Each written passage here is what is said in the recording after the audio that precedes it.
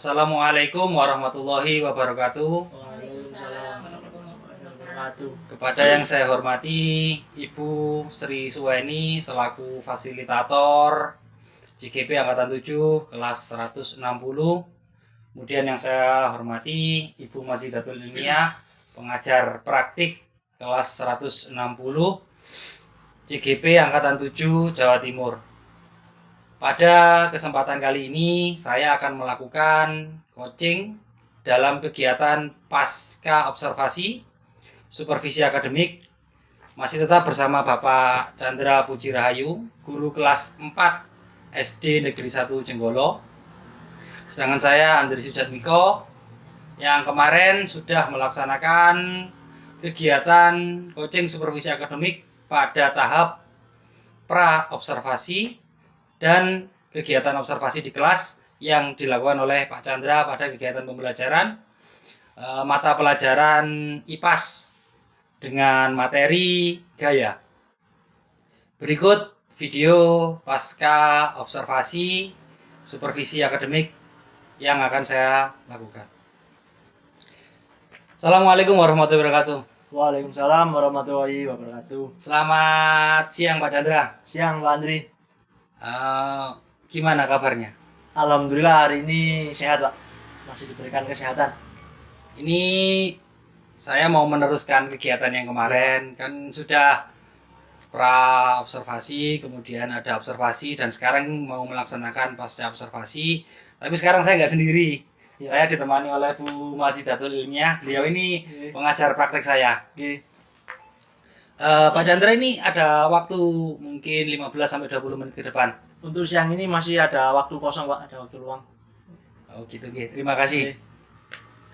Baik Pak Chandra, kita langsung saja. Kemarin waktu pelaksanaan pembelajaran itu Pak Chandra kan sudah merencanakan, mulai dari membuat RPP, berdiferensiasi, kemudian juga mau mewadahi kompetensi sosial emosional.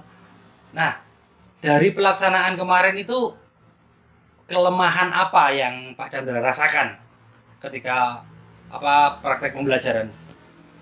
Untuk pembelajaran seperti kemarin Pak, itu kelemahannya itu pasti di anak-anak itu cenderung ramai. Jadi karena anak-anak dibentuk kelompok dengan yang bestinya itu Pak. Jadi kan pasti ramai ya. Ada sih 50% pasti masuk materi, akan tapi juga ada yang pasti yang ramai kelompok ini. Baik, bisa dikatakan 50% sudah sesuai dengan perencanaan, yang 50% belum ya. Baik Pak Chandra, selain kekurangan dari praktek pembelajaran, kelebihan apa yang Pak Chandra rasakan ketika praktek kemarin? Kelebihannya pada dibentuk seperti itu, anak-anak itu cenderung ada siswa yang kadang kurang menangkap. Jadi pembelajaran guru akan tapi dengan dibentuknya kelompok itu anak-anak bisa saling sharing, tutor sebaya itu Pak. Jadi saling sharing dengan adanya kelompok itu, jadi maksudnya Pak Chandra seperti ini loh. Jadi lebih membantu guru untuk menjelaskan materi yang diajarkan. Baik Pak Chandra, pelaksanaan pembelajaran dengan memanfaatkan tutor sebaya memang banyak lebihnya ya, terutama meringankan beban guru. Kan bisa mengelevasi, meningkatkan kemampuan murid yang kurang. Baik Pak Chandra, sebelum melaksanakan pelaksanaan pembelajaran, kita kan sharing, ngobrol-ngobrol ringan gitu ya dalam kegiatan pra-observasi dan observasi. Apa yang Pak Chandra rasakan? Lebih ke senang, bersemangat lagi Pak, dan tentunya memiliki pengalaman baru. Mungkin bisa lebih diceritakan detail pengalaman seperti apa setelah saya melaksanakan supervisi akademik gitu. Ya contohnya ketika ada pembelajaran yang sintaks-sintaksnya belum terlihat, itu bisa terlihat lagi, dimunculkan. Contohnya di berdiferensiasi produk ini kan sangat jarang diterapkan sekali. Jadi Pak Chandra memang lebih merasakan manfaatnya di bidang yang baru ya, diferensiasi ini kan, pembelajaran berdiferensiasi kan baru. Jadi dalam kegiatan pra-observasi dan observasi coaching supervisi akademik ini Pak Chandra lebih mendapatkan ilmu baru gitu ya. Iya, betul Pak. Nah, baik Pak Chandra. Ketika pelaksanaan pembelajaran, Pak Chandra kan waktu praobservasi itu bilang bahwa saya itu sulit menguasai kompetensi sosial Iya. emosional dan juga ingin mengembangkan kompetensi profesional di bidang komunikasi dengan siswa gitu ya. Baik, setelah praobservasi dan observasi dengan saya, kemudian Pak Chandra juga uh, menggunakan timeline Iya. untuk pengembangan kompetensi tersebut. Apa yang Pak Chandra rasakan dan sampai tahap mana pengembangan itu? Jadi setelah melakukan sharing dengan Pak Andi tadi, sebelum-sebelumnya itu ada ketika saya mengajar di kompetensi sosial emosional itu ya, itu lebih muncul.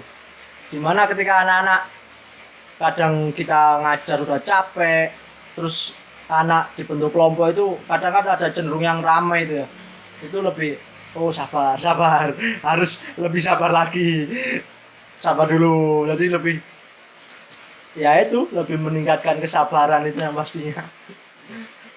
Untuk kompetensi profesionalnya di bidang komunikasi dengan anak jenjang sekolah dasar, Untuk kompetensi profesional dalam mengajar sudah ada perubahan Pak. Jadi yang semula ngajarnya itu mungkin anak-anak maksudnya Pak Chandra gimana ya, itu anak-anak lebih cenderung lebih cepat paham dengan masuk ke bahasanya dunianya anak itu.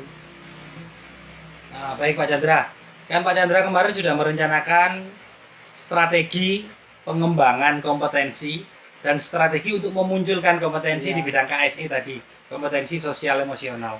Nah, kira-kira Pak Chandra punya timeline nggak? Kapan bisa melakukan sesuatu strategi tersebut dan kapan tercapainya kompetensi itu?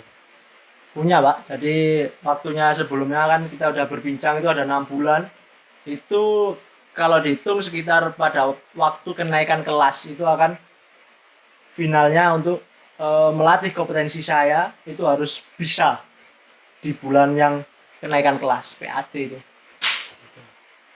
Nah, baik Pak Chandra. Apakah Pak Chandra sudah membuat instrumen ketercapaian tujuan? Jadi kan kalau kita ingin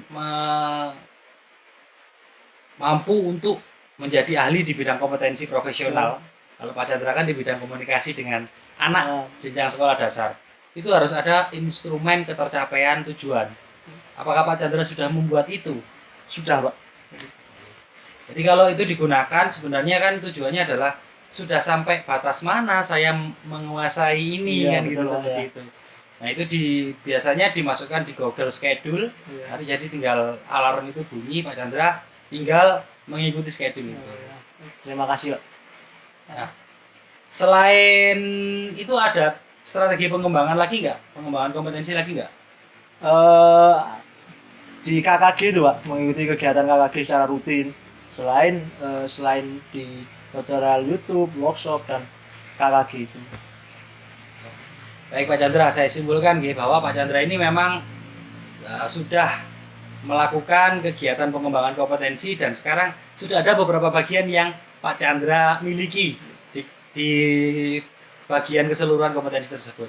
Nah, baik Pak Chandra, kalau boleh Pak Chandra, refleksi dari kegiatan yang saya lakukan dengan Pak Chandra itu, kan ada praobservasi, kemudian ada observasi saya ke kelasnya Pak Chandra, kemudian dari pasca observasi ini refleksi atau apa sih yang Pak Chandra rasakan, apa sih yang berubah dari Pak Chandra dan apa yang baru bagi Pak Chandra? Tentunya banyak sekali peningkatan Pak ya. Yang semula mengajarnya itu kurang maksimal, dalam artian itu bisa dari sosial emosional yang kurang sabar itu dan bahasa siswa yang tidak bisa masuk itu sudah banyak sekali perubahan. Dibuktikan dengan adanya anak-anak itu mulai tenang, udah mulai nyaman, berarti kan itu termasuk tolak ukurnya. Berarti seorang guru bisa menguasai kelas tersebut. Yang Pak Chandra rasakan setelah kegiatan coaching supervisi akademik ini apa? Tentunya sangat senang sekali Pak, sangat membantu bagi guru. Oke. Yang berubah dari Pak Chandra apa? Mungkin yang berubah dari Pak Chandra setelah coaching supervisi akademik ini? Tentunya lebih bersemangat lagi Pak, karena bisa menguasai kompetensi seperti itu kan kita udah punya senjata dalam kelas untuk mengajar, menjadikan siswa itu bisa cepat memahami. Oke. Nah, baik Pak Chandra. Eh, Kira-kira pertanyaan terakhir ini Pak Chandra ya. Penting nggak supervisi akademik ini dilakukan di sekolah dan mungkin nggak bisa dilakukan untuk seluruh guru sejawat rekan sejawat Pak Chandra ini? Kalau saran saya itu sangat penting, Pak. Karena apa? Dibuktikan dengan saya yang semulanya kurang maksimal dalam mengajar itu bisa bersemangat lagi, lebih memaksimalkan lagi dalam pembelajarannya. Dan tentunya itu cocok sekali untuk rekan sejawat diterapkan. Oh gitu, oke. Baik, terima kasih atas waktunya Pak Chandra dan juga terima kasih atas umpan balik yang Ya. diberikan untuk Sama-sama, Pak. saya. Ada saran nggak untuk saya dalam supervisi akademik ini? Sarannya untuk Pak Andri itu yang pertama cuma satu, Pak. Lebih bersemangat lagi. Maksudnya saya yang bersemangat. Iya. Baik. Karena ini bulan puasa, Pak. Oh, makanya kok agak lemes. Membagi energi. Oke, terima kasih Pak Chandra atas waktunya. Itu tadi supervisi akademik pada bagian pasca observasi. Mohon maaf, kami ingin mendapatkan umpan balik juga dari Ibu pengajar praktek agar lebih menguatkan saya sendiri dalam kegiatan coaching supervisi akademik dan juga untuk Pak Chandra dalam pelaksanaan pembelajaran. Kami silakan kepada Bu Majidatul Ilmiah. Terima kasih. Saya selama mengamati panjenengan berdua melakukan proses coaching tadi, saya sudah menemukan bahwa yang jenengan lakukan itu sesuai dengan alurnya. Dan Pak Andri sudah dapat menggali lebih baik lagi apa yang disampaikan Pak Chandra juga tepat. Jadi saya untuk kegiatan kali ini atau untuk selanjutnya itu saya rasa Bapak berdua sudah dapat melakukannya dengan baik dan tepat sekali. Seperti itu. Terima kasih. Terima kasih atas waktunya Bu Majidatul Ilmiah dan terima kasih atas waktunya Pak Chandra. Demikian kegiatan coaching supervisi akademik pada tahap pasca observasi. Assalamualaikum warahmatullahi wabarakatuh. Waalaikumsalam.